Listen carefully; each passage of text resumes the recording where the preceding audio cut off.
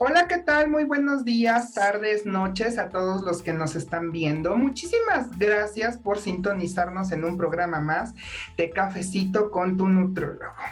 Y el día de hoy tenemos como invitada para este tema que es muy interesante, a mí me agrada mucho, a una colega que siempre me sorprende por el hecho de que es nutrióloga y además instrumentadora quirúrgica. Y desde nuestro lindo Argentina, nuestro país que nos enseñó el tango y la milonga. Con nosotros tenemos a la licenciada Patricia Matas. ¿Cómo te encuentras el día de hoy, Pati? Muy bien, Luis, muchas gracias. Un gusto poder volver a estar juntos y charlar de estos temas tan apasionantes que tenemos en común. Y así Así que es. muy contenta. Es un placer de verdad y yo siempre estoy con, bueno, hay que hacer otro video, hay que hacer otro video porque de verdad hay mucha información, son muchos temas Sí. y qué bonito poderlos discutir de una forma tranquilita, una forma en la cual todos podamos entenderlos.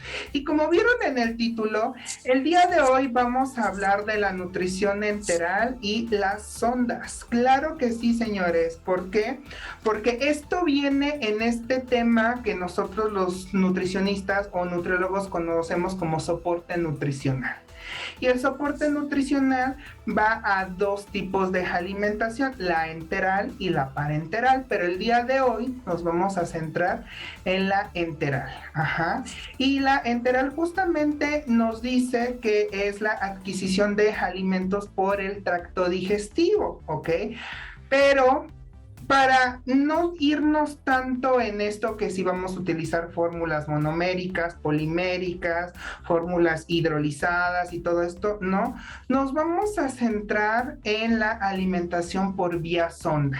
Y aquí, bueno, tenemos a Patti que nos va a explicar un poquito, ajá, de cómo se colocan estas sondas. ¿Por qué? Porque hay sondas que se colocan sin una intervención quirúrgica, que son las orogástricas y las nasogástricas, pero hay unas que sí, que son las que se van directamente a estómago, yeyuno e ilion, que son las famosas estomías. Y bueno, aquí tenemos a una instrumentadora experta en esto para que nos explique, bueno, primero lo primero, ¿cómo se coloca una sonda en estas áreas? Porque es el tejido distinto en cada una de estas, como ya lo estábamos platicando.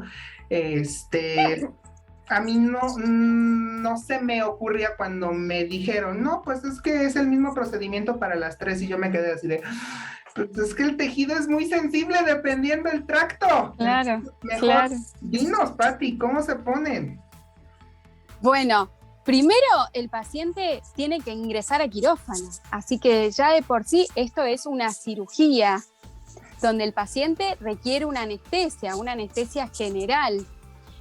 Distinto es, y haciendo brevemente, lo que es una colocación de una sonda nasogástrica, donde no hay ningún tipo de intervención quirúrgica. ¿Sí? Después un control radioscópico para ver que la sonda haya ingresado y esté en estómago. Pero eso es lo más fácil. Pero cuando tenemos que colocar una sonda en el estómago o en el tracto, en el intestino delgado, ahí requiere de anestesiar al paciente. Y ahí es donde yo, como instrumentadora quirúrgica, tuve la dicha de poder ver cómo es esto de llegar al estómago o llegar al intestino, y cómo la técnica quirúrgica es distinta, porque el tejido es distinto y porque el lugar es distinto. El estómago está un poquito más arriba y el intestino un poco más abajo. Entonces, ya la incisión no es la misma. Y llegar a los tejidos, bueno, más o menos es lo mismo, entramos en la cavidad abdominal, pero tenemos la virtud de que el tejido de la mucosa gástrica es mucho más noble, es mucho más rígido y permite la colocación de sondas más grandes. No es lo mismo en el intestino delgado, que es una mucosa mucho más frágil, en el que las cánulas que vamos a colocar son más delicadas, porque el tejido es mucho más delicado. El estómago tiene una mucosa mucho más gruesa y por ende en el estómago podemos absorber mejores alimentos que cuando llegamos al intestino. ¿Sí? Ahí la velocidad de flujo y bueno, en eso es otra cosa que también tenemos intervención. Entonces, la técnica quirúrgica, el paciente entra a quirófano, se lo anestesia y se hace se aborda por laparotomía, se hace una laparotomía exploradora y se llega al estómago o al intestino. ¿Sí? Hasta ahí es lo mismo. Lo que va a cambiar es el tipo de calibre de la sonda que vamos a colocar, las suturas y después el cierre. Pero básicamente es lo mismo. Y el lugar obviamente cambia porque el estómago está ubicado más arriba y el intestino más abajo. Así que después se cierra por planos al paciente y después va a la habitación. Obviamente, como esto es una cirugía donde se abrió el abdomen, requiere de esperar unas horas para poder probar que el alimento, que no haya fístulas, que no drene el líquido. O sea, no es lo mismo que una sonda nasogástrica que uno la coloca y ya está. ¿Sí? Requiere que después tengamos que esperar un tiempo para poder reiniciar el alimento enteral. ¿Sí? Y el paciente después de eso va a la habitación, se recupera y después se inicia las pruebas con agua y después con alimento. Ok, básicamente. Yo tengo una duda porque en esto tú eres docente, yo soy docente también, pero bueno, sabemos que hay diferentes técnicas. La paroscopía, bueno, ya sabemos que ahí se infla el estómago con un gas, más aparte se hacen unas pequeñas incisiones y se trabajan con unos brazos, ¿no? Endoscópica, bueno, ya sabemos que el endoscopio ingresa por el tracto y hacemos esas cuestiones. Pero a nivel quirúrgico, no, yo he leído que hay 3 tipos de formas de poner una sonda, que es la Witzel, la Stam y la de túnel. Ajá. ¿Cuál es la diferencia entre cada una de ellas? Mira, con el nombre propio no lo recuerdo. Sí, las técnicas son, es la técnica percutánea, en donde se hace una incisión muy chiquitita, que esa se hace más por el endoscopio. Se coloca por endoscopio, se le hace una incisión en el estómago si fuera, de ahí se abren los tejidos, pero es una incisión muy chiquitita y se saca por ahí la sonda. Okay. Entra al revés. Okay. ¿Se entiende? Entra al revés. Okay. En cambio, la otra técnica, que es la de Witzel, si no recuerdo, es la tunelización de la sonda. Ajá. Ahí la incisión es mucho más grande, no se utiliza endoscopio y lo que se hace es se abre el tejido gástrico, se introduce la sonda y se sutura la mucosa, como un túnel se le hace en el recorrido de la sonda hasta que sale por la piel. ¿Sí? Son técnicas mucho más complejas y viejas, antiguas, y la técnica percutánea es algo mucho más moderno.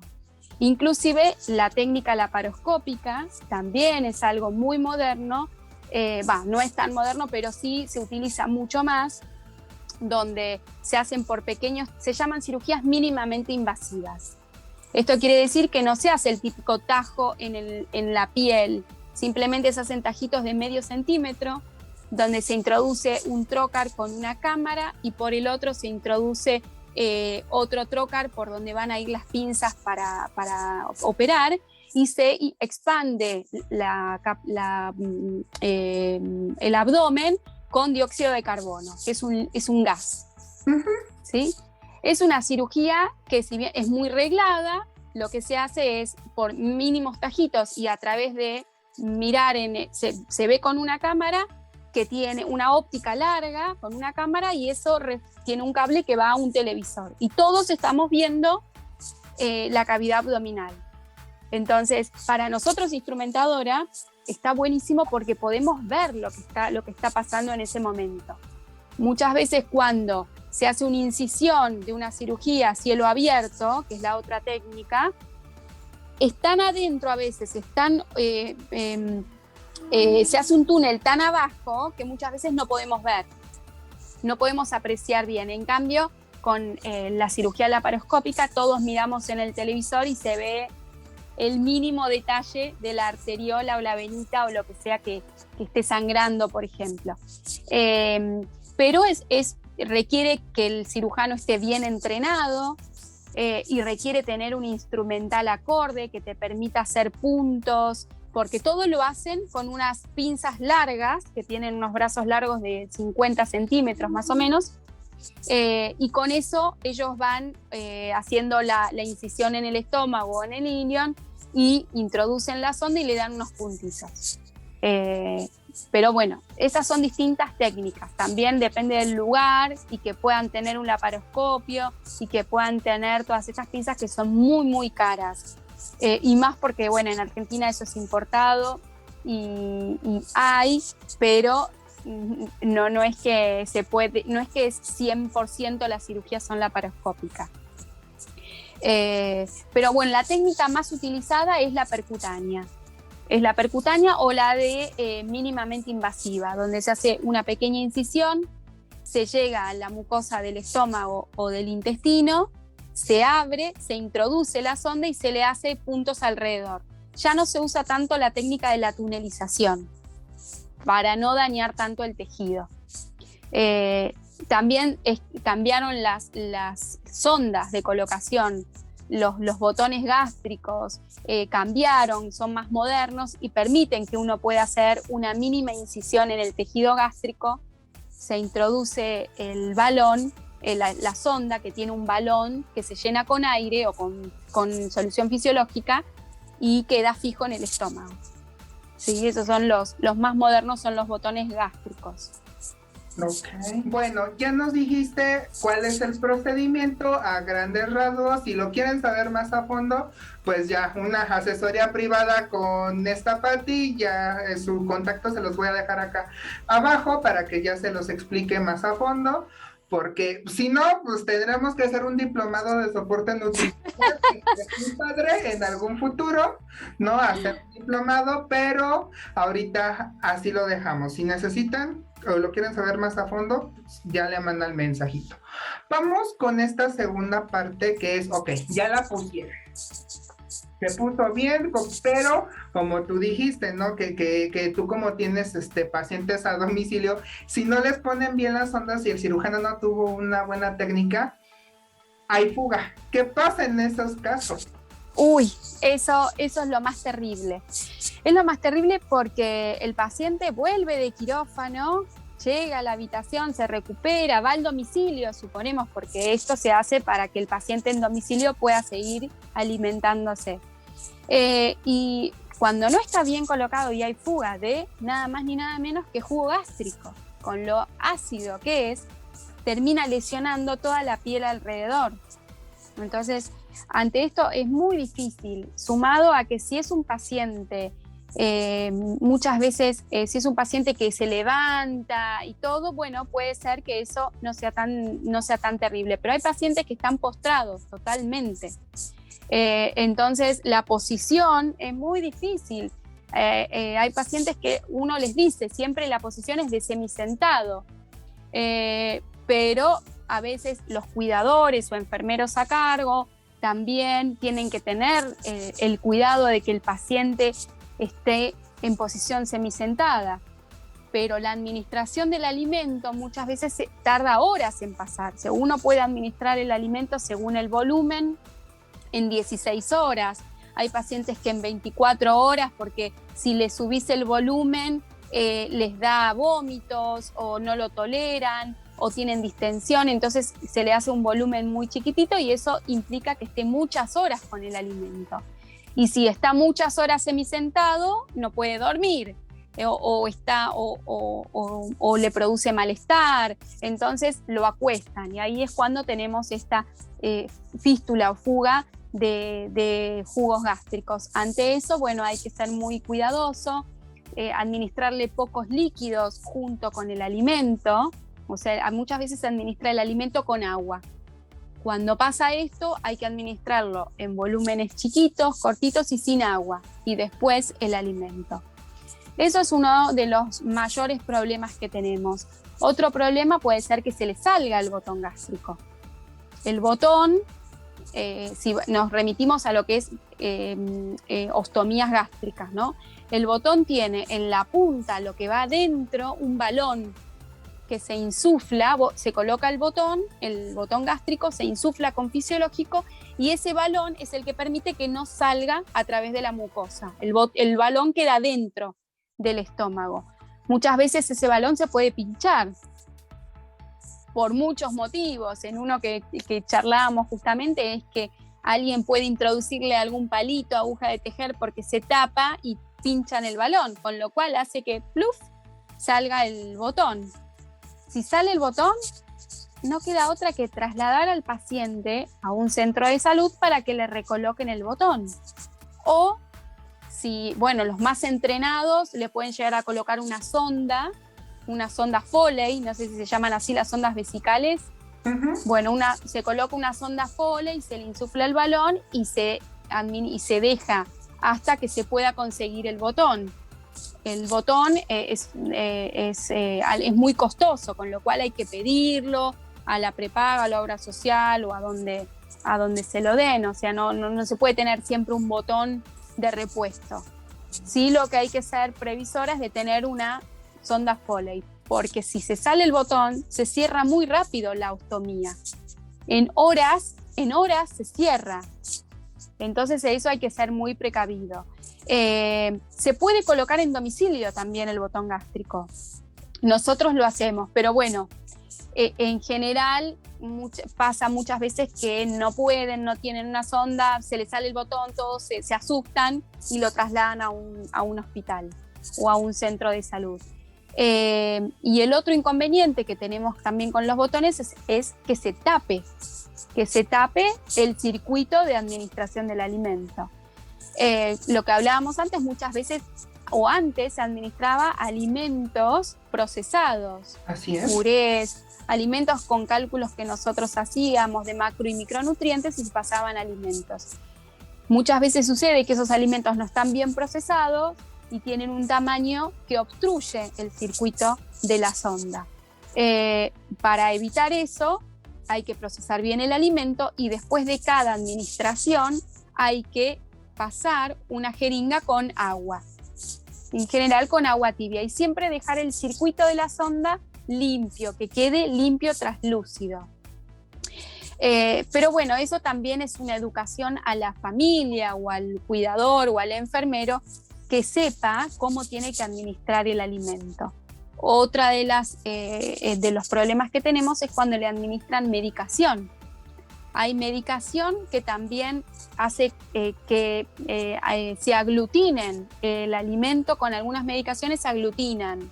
Entonces siempre cuando vamos a pasar algún alimento, ya sea que lo muelen, hay que esperar que se limpie del alimento enteral, del listo para colgar o el que procesamos, y una vez que está limpio se le administran los medicamentos y se vuelve a limpiar la sonda. Siempre eso hay que ser muy, muy prolijos en que la sonda siempre el circuito esté limpio. Y si se puede evitar los alimentos preparados, que inclusive son mucho más económicos. Si uno se pone a hacer las cuentas, es más económico un listo para colgar que estar pendiente de la preparación y aparte el cálculo que lleva y las deficiencias que puede tener a nivel nutricional, porque es muy difícil calcularlo, y poder en un puré de zapallo poder tener todos los micronutrientes, zinc, selenio, magnesio, calcio, todos los micronutrientes que uno tiene que requerir en forma diaria. Entonces, los alimentos listos para colgar nos resumen toda esa parte. Sí, así es, o sea, para facilitarnos la vida, y yo siempre se los digo a mis pacientes, ¿no? Pues siempre hay estas fórmulas, ¿no? Que nos venden o las listas para colgar. ¿Por qué? Porque ya tiene todo. y diste un ejemplo bastante bueno en el detrás de cámaras, que cuando se hace algo casero, tiende justamente a separarse lo líquido de lo sólido. Entonces, justamente esta espesura es la que va a pasar por la sonda y que es la que la va a tapar. ¿Por qué? Porque como nos decías muy bien, ¿no? Hay alimentaciones que tardan horas, o sea, no es de una hora y ya pasó, o sea, tardan horas. Entonces es idóneo, pues, si se puede, ¿no? Utilizar estas fórmulas, porque aproximadamente cuánto es lo máximo que se puede tardar en pasar una alimentación, unas 8 o 10 horas aproximadamente. Se puede, hay gente que lo tiene 24 horas. ¿Eh? Hay gente que puede estar 24 horas con un goteo lento de 50 mililitros hora y tranquila, o menos, o 20, porque no tolera, porque si le subís le da vómitos o si le da diarrea. Entonces hay muchos problemas que pueden tener a nivel orgánico que no toleren el alimento. Entonces, pero por eso siempre se intenta evitar todo lo que sea alimento procesado, alimento casero procesado. Imagínate que el calibre de las ondas es muy, muy chiquitito. Un puré ya lo obstruye.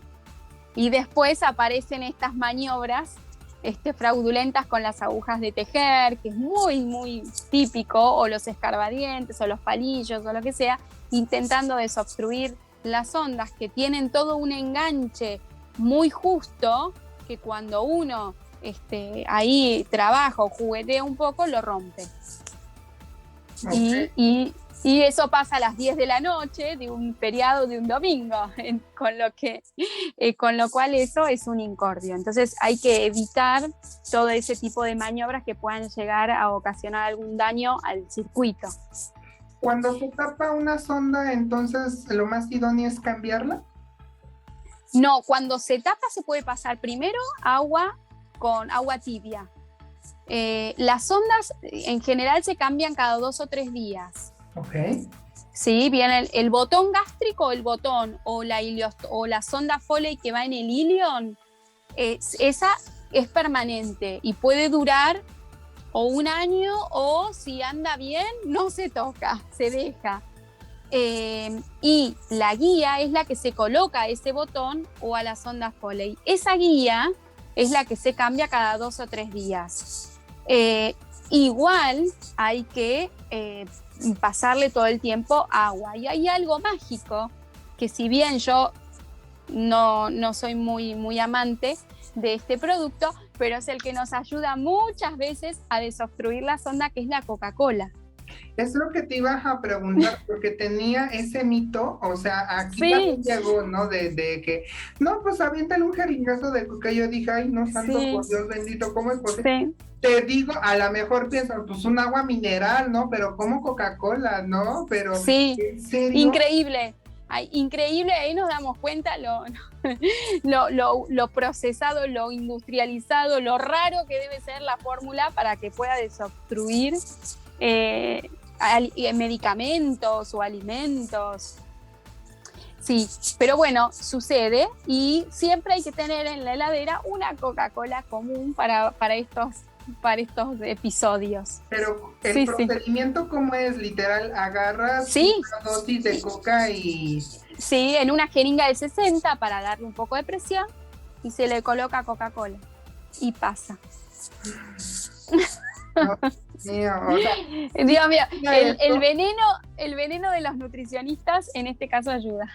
No, pues es que sí, o sea, simplemente el saber utilizar las cosas bien, pues te da Bueno, no vamos tampoco a endemonializar la Coca-Cola, porque en una hipoglucemia grave, un sorbito de Coca-Cola salva vidas. Así que en ese sentido hay que agradecer esos momentos.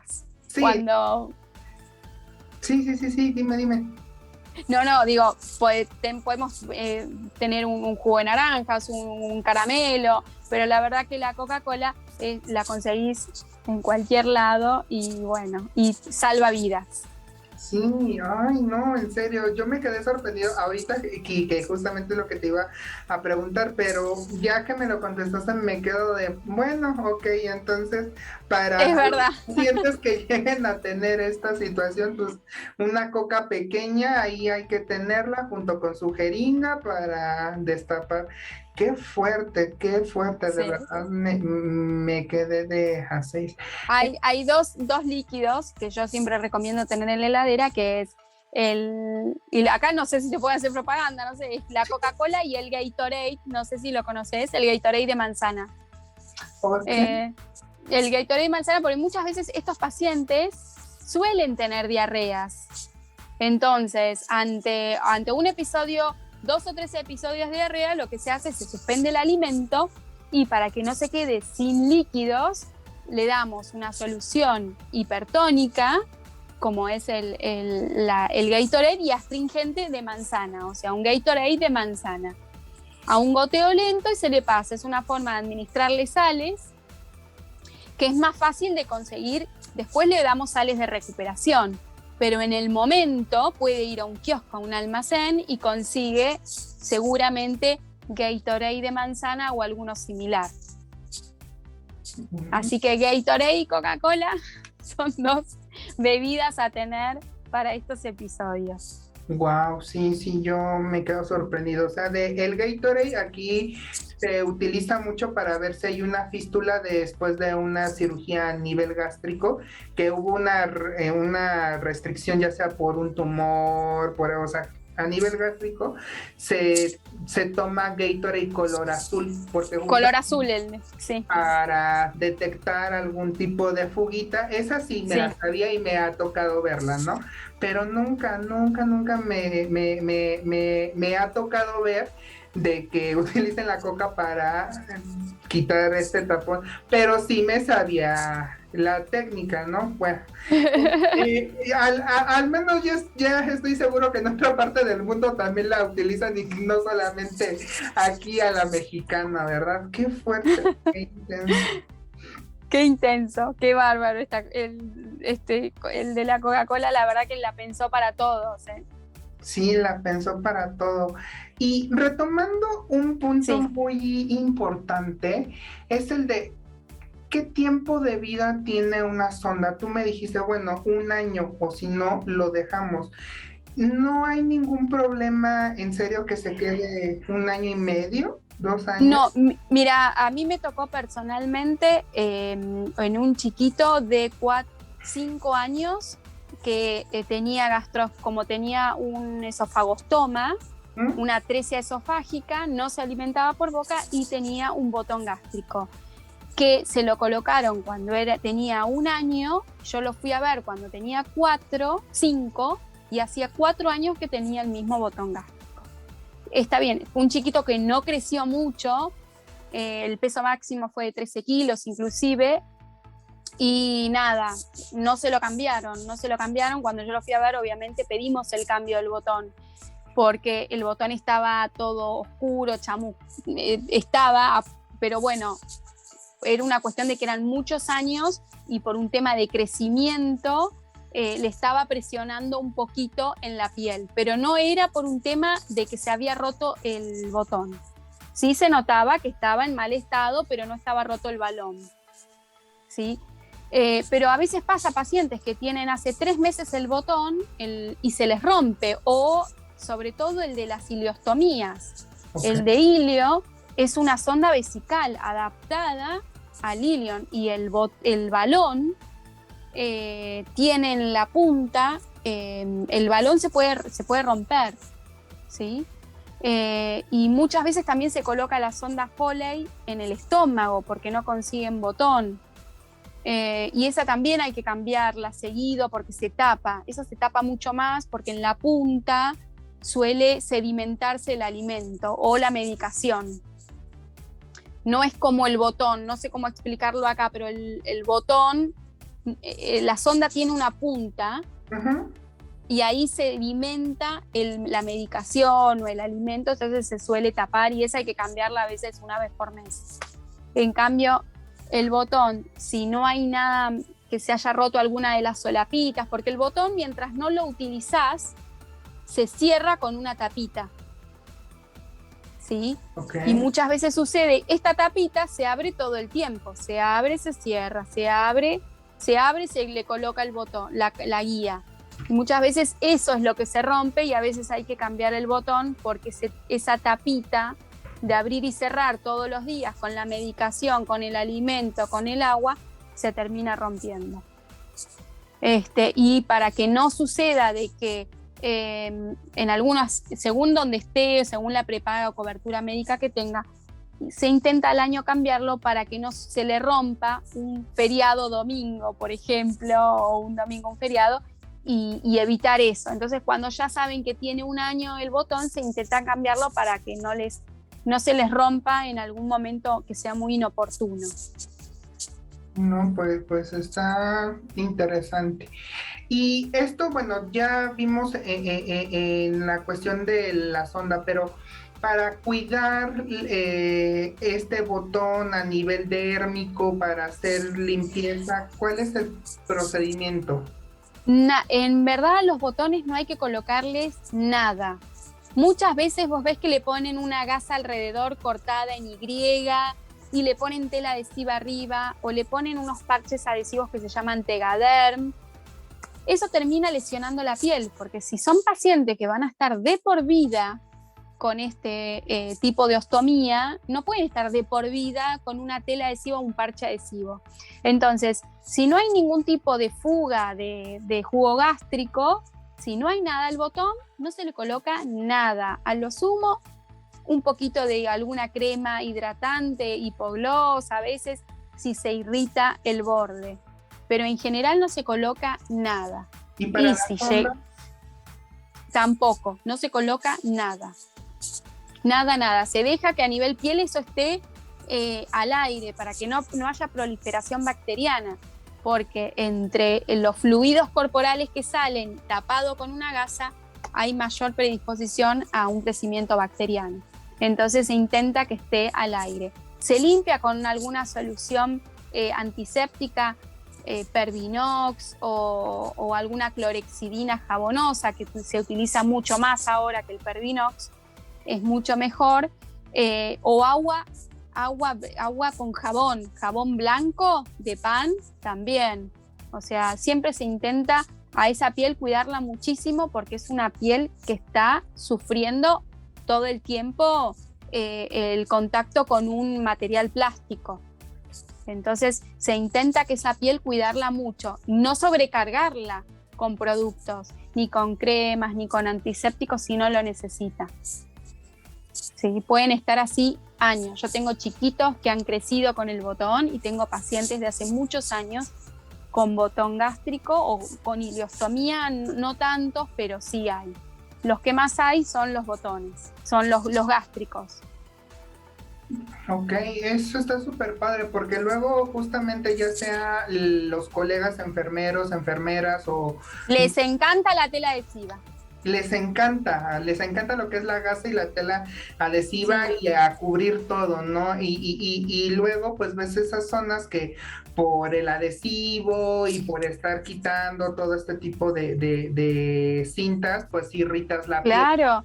Entonces sí. Ya no sabes si es infección o está irritado luego. Claro. No, eso se deja al aire y a lo sumo, como te decía, jabón blanco de jabón blanco para limpiar un poco la piel y nada más. No se le coloca nada. Si tuviera algún tipo de lesión, ahí sí se pone una crema hipogloss o alguna crema con algún bactericida tipo acá, bueno, hay marcas, Macril, Bacticor, que son cremas que tienen antibióticos cuando hay algún tipo de crecimiento bacteriano, y una vez que eso se cura, se deja al aire de nuevo. ¿Sí? No es que está continuamente tapado. Ok. Aquí otra pregunta y es relativa, ¿no? La respuesta es, ¿cuánto tiempo tarda en hacerse esta cirugía menor y cuánto tiempo tarda en retirar una sonda, porque, o sea, puedo yo imaginarme, ¿no? Pues entras a quirófano y todo esto, unos que 30 minutos, unos 40 minutos. Y más o menos una hora en total. Siempre el paciente, una vez que ingresa a quirófano, se le hacen todas las preguntas, se hace un checklist de preguntas, el paciente está despierto, ingresa a quirófano, se lo anestesia, se le coloca un tubo endotraqueal en la vía respiratoria y con un anestésico inhalatorio se le hace una anestesia general, no es sedación, es un poquito más.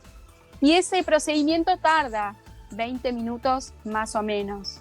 20 minutos y a veces, más la manipulación que se va a hacer a nivel de vientre, ¿no? Claro, luego de que el paciente está anestesiado, el médico desinfecta, ya está vestido, la instrumentadora cambiada con toda su mesa armada y todo su instrumental, todo el equipo quirúrgico está cambiado, se desinfecta la piel, se colocan unos campos estériles para delimitar la zona y se produce la apertura del tejido, de la piel y todos los tejidos, el músculo, la aponeurosis y todos estos tejidos, cuando es una cirugía a cielo abierto, ¿no? Luego se llega al estómago o al ilion, se encuentra, todo esto es algo que lleva su tiempo porque hay que ir incidiendo los tejidos, cauterizando los vasos que vayan sangrando, y es un procedimiento que hasta que se coloca la sonda y se produce a la sutura de todos estos planos que se fueron abriendo, se abrió la aponeurosis, se abrió el músculo, se abrió la piel, todos estos planos hay que cerrarlos. Este procedimiento tarda entre más o menos una hora, tarda. Luego se recupera el paciente, se lo vuelve a despertar de a poquito, vuelve a respirar y una vez que se constata que respira por sus propios medios, ahí ya es pasado a la sala de recuperación y de ahí a su habitación. La diferencia con la cirugía laparoscópica es que no tenemos el cierre de todos los planos. Tenemos cierres de unos pequeños, en general 3 o 4 orificios de medio centímetro. Entonces ahí te ahorras casi media hora de procedimiento porque cerrás la piel o a lo sumo el tejido celular, se cierra o la aponeurosis, según se abrieron mucho, y se hacen unos puntitos y nada más. Es un procedimiento en esa parte más sencilla. Pero operar laparoscópico también requiere del entrenamiento del cirujano, porque es un procedimiento a través de unas pinzas largas, mirando en un televisor, o sea, también tiene su faceta de complejidad. Sí. Pero más o menos una u otra, en una hora el paciente, si no hubiera ninguna complicación, estaría saliendo de quirófano. Y lo último, hasta que se le comienza a pasar el alimento, pasarán 6 horas, más o menos. A las 3 horas se pueden pasar con un goteo muy, muy lento de 10 mililitros o 20 mililitros hora de algún glucosado, alguna solución con glucosa dextrosado. Y una vez que todo va bien, al otro día en general o a las 6 horas, algunos lugares, según la técnica que hayan utilizado, le pueden llegar a empezar a pasar el alimento enteral de elección, también siempre en un goteo muy lento. Sí, ya me contestaste esa pregunta que te iba a hacer, ¿no? Que cuál es el primer alimento que le meten para ver que todo esté bien. Pues una solución glucosada, está súper perfecto. Pues ya básicamente abordamos todo, ¿no? Todo esto. No sé cómo quieras cerrar este video, Pati. Bueno, nada, que estoy a su disposición si tienen algunas consultas o algunas dudas en mi Instagram o en mi mail, para cualquier duda que tengas. Y nada, es importantísimo poder instruirnos en esto de soporte nutricional, que podemos llegar a hacer mucha intervención, y sobre todo también en la indicación de la gastrostomía. A mí me pasó y me sigue pasando muchas veces de tener la posibilidad de indicar a un paciente que por determinada causa, disfagia o lo que sea, que ya no podemos continuar con la vía oral o la vía oral no es suficiente, hacer la indicación de la colocación de la gastrostomía y la ileostomía y que se lleve a cabo. Y que después seguís con el paciente y pasan los años y bueno, y seguimos con este tipo de alimentación.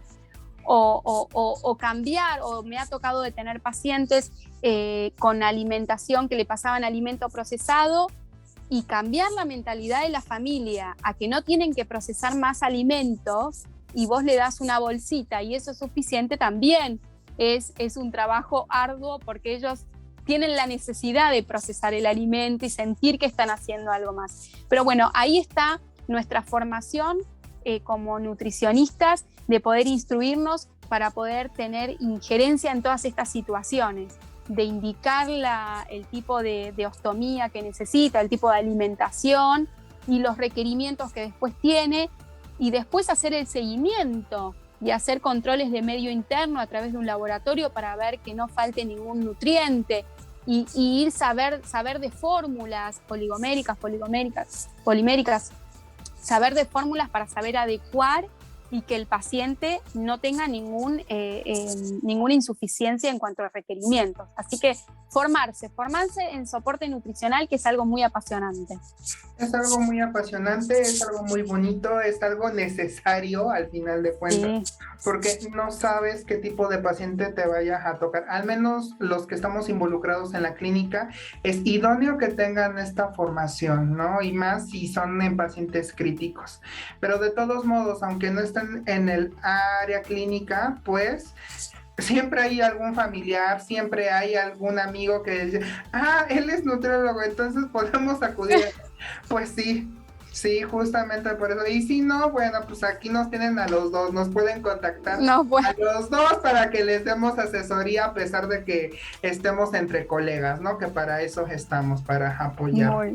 Exactamente. Muchísimas gracias, Pati. Fue un placer estar contigo y yo creo que pues pronto tengamos otro video juntos para explicarles ahora la segunda parte, que es la parenteral, que también si nos tardamos en esta parte que era enteral y no nos metimos tanto, la parenteral es todavía mucho más. Sí, porque hay parcial, hay total, hay justamente que ver esta técnica, ¿no? Que se utiliza, pero no nos metamos más, sino nos vamos a seguir y esto duraría hasta 4 horas, pero de verdad muchísimas gracias y pronto estaremos haciéndoles otro video con esta parte.